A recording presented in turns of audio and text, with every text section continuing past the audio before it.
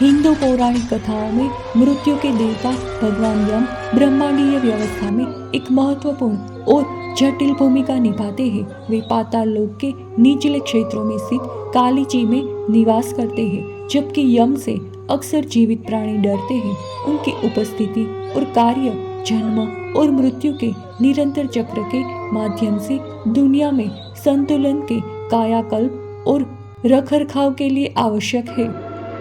हिंदू धर्म ग्रंथों के अनुसार यम को सूर्यदेव और संजना का पुत्र माना जाता है। वेदों में उन्हें मरने वाले पहले नश्वर के रूप में वर्णित किया गया है और वे मृतकों के अधोलोक के अधिपति है।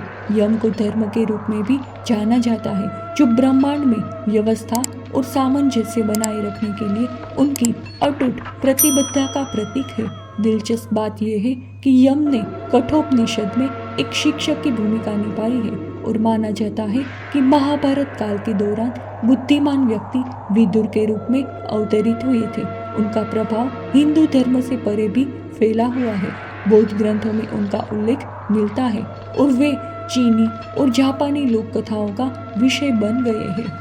यम को आमतौर पर गहरे हरे रंग की त्वचा, लाल वस्त्र और सिर पर चमकता हुआ मुकुट पहने हुए दिखाया जाता है। वे भैंसे की सवारी करते हैं और हर समय अपने साथ गदा और पाश रखते हैं। उनकी तीक्ष्ण तांबे जैसी आंखें चौकस रहती है, कुछ भी चुपती नहीं है, क्योंकि वे दिवंगत आत्माओं को उनके भाग्य का सामना करने के लिए प्रेरित करने में गहरी दिलचस्पी लेते हैं।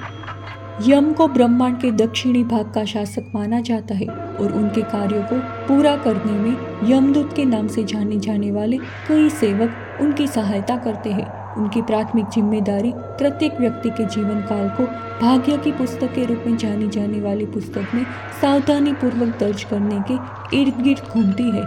इस पवित्र रजिस्टर को यम के एक सेवक द्वारा लगन से बनाए रखा जाता है। भाग्य की पुस्तक में प्रत्येक व्यक्ति के जीवन काल का सावधानी पूर्वक विवरण दिया गया है। जब किसी व्यक्ति का नियत समय समाप्त हो जाता है तो यम अपने किसी अनुचर को उस व्यक्ति को उसके निवास पर लाने के लिए नियुक्त करते हैं। कई बार यम स्वयं किसी व्यक्ति को पाताल लोक ले जाने के लिए पृथ्वी पर उतरते हैं। फिर मृतक की आत्मा को यम के सामने पेश किया जाता है, जो सांसारिक क्षेत्र में किए गए कर्मों के आधार पर निर्णय सुनाते हैं। चित्रगुप्त सावधानी पूर्वक लेखा जोखा रखने वाले यम के वफादार सहायक चित्रगुप्त निर्णय प्रक्रिया में महत्वपूर्ण भूमिका निभाते हैं। चित्रगुप्त मृतक व्यक्ति द्वारा अपने जीवन काल में किए गए सभी पुण्य और पापों को पढ़ते हैं। इस विवरण के आधार पर भगवान यम दिवंगत आत्माओं के भाग्य का फैसला करते हैं।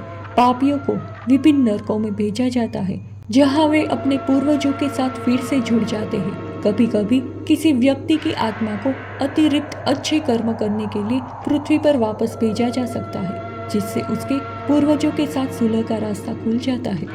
हिंदू पौराणिक कथाओं में भगवान यम से जुड़ी कई रोचक कथा है। उनमें से एक कथा एक ऐसे व्यक्ति की है जिसने शिव मंदिर में शरण लेकर अपनी आत्मा पर यम के दावे का विरोध किया।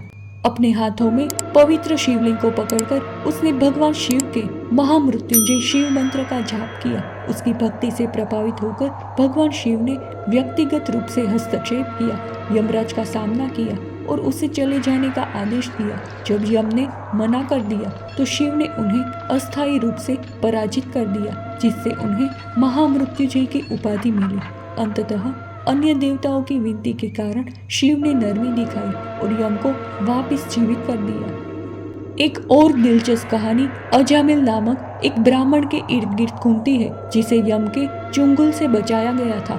अजामिल अपनी मृत्यु शैया पर लेटे हुए लगातार अपने बेटे नारायण को पुकारता रहा।